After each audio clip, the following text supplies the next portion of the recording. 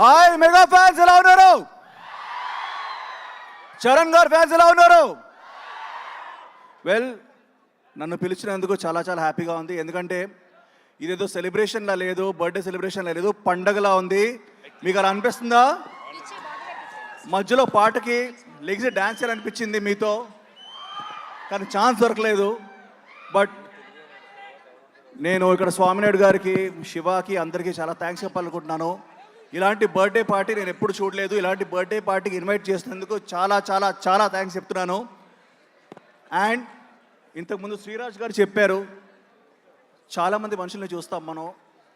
కొంతమంది మనుషులు వాళ్ళు బాగుంటాయి చాలనుకుంటారు.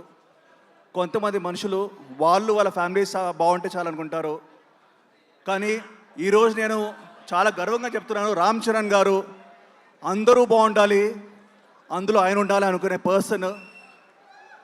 నేను ఈరోజు ఆయన మెగాస్టార్, పవర్ స్టార్ కలిసి, మెగా పవర్ స్టార్ అని పేరు కాదు, గ్లోబల్ స్టార్గా he is the god recognition. And world wide ఆయనకు ఫ్యాన్స్ ఉన్నాయి.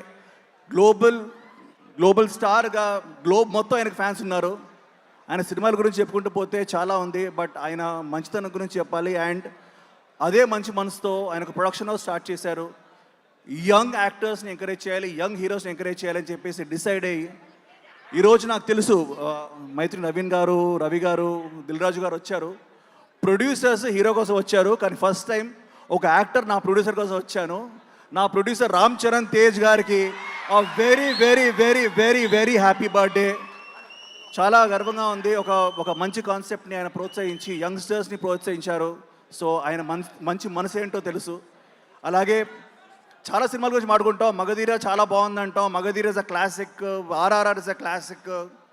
ఈ సినిమాలు అన్నీ కాకుండా నాకు మాత్రం ఒక సినిమా చాలా హార్ట్కి టచ్ అయిన సినిమా ఉంది.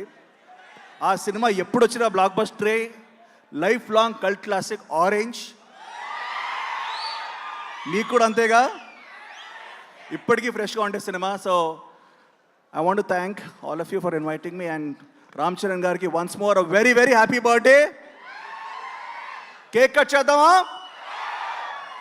Okay guys, let's cut the cake. Nikhil గారు, బిఫోర్ కటింగ్ ద కేక్ మీ చేతుల మీదకి ఒక 2 ఫెలిసిటేషన్స్ ఉన్నాయి, ప్లీజ్ అవి కానిచ్చేద్దాం. సో